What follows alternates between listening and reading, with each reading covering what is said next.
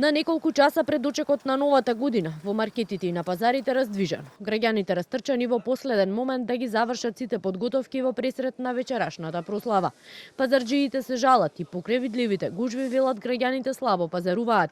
Прометот од година во година е се помал. Оние граѓани пак кои ги анкетиравме велат и на пазарите и по маркетите цените секојдневно растат, но празнична трпеза мора да има. Што се нашло тоа?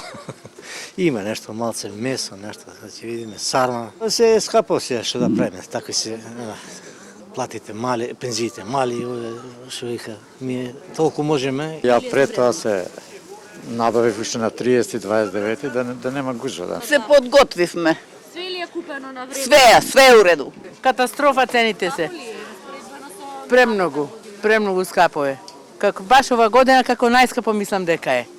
Еве како што ќе зебе сега почна да земам, се мислам што да земам 100 денара, све качено е. Све е покачено, сирење, едно, друго, значи стварно за жал човек да земе да си стави на трпезот со фамилијата. Оние кои ќе решат да заминат и новогодишните празници да ги прослават надвор од државата, најчесто како најатрактивни дестинации за македонските граѓани се Солун, Белград, Истанбул, па се до Дубај, Тајланд, Малдиви.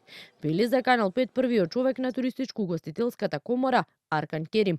Тој додава дека интересен е и фактот што годинава голем број македонци решиле да останат во земјава и новата година да ја дочекаат на некоја од нашите туристички дестинации. Гледаме дека има тренд оваа година да македонските граѓани ги посетуваат македонските туристички центри.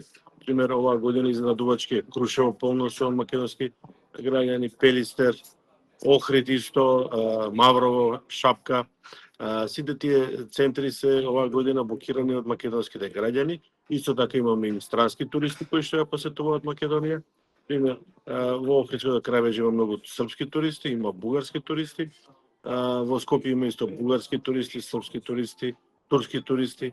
И значи се очекува убава новогодишна прослава, значи да има во сите важни центри во Македонија. Керим заклучува, иако споредбено со другите години цените се малку повисоки, сепак гледано на ниво на балканските земи, Македонија има најниски цени и на сместувачките капацитети и на ресторанските услуги.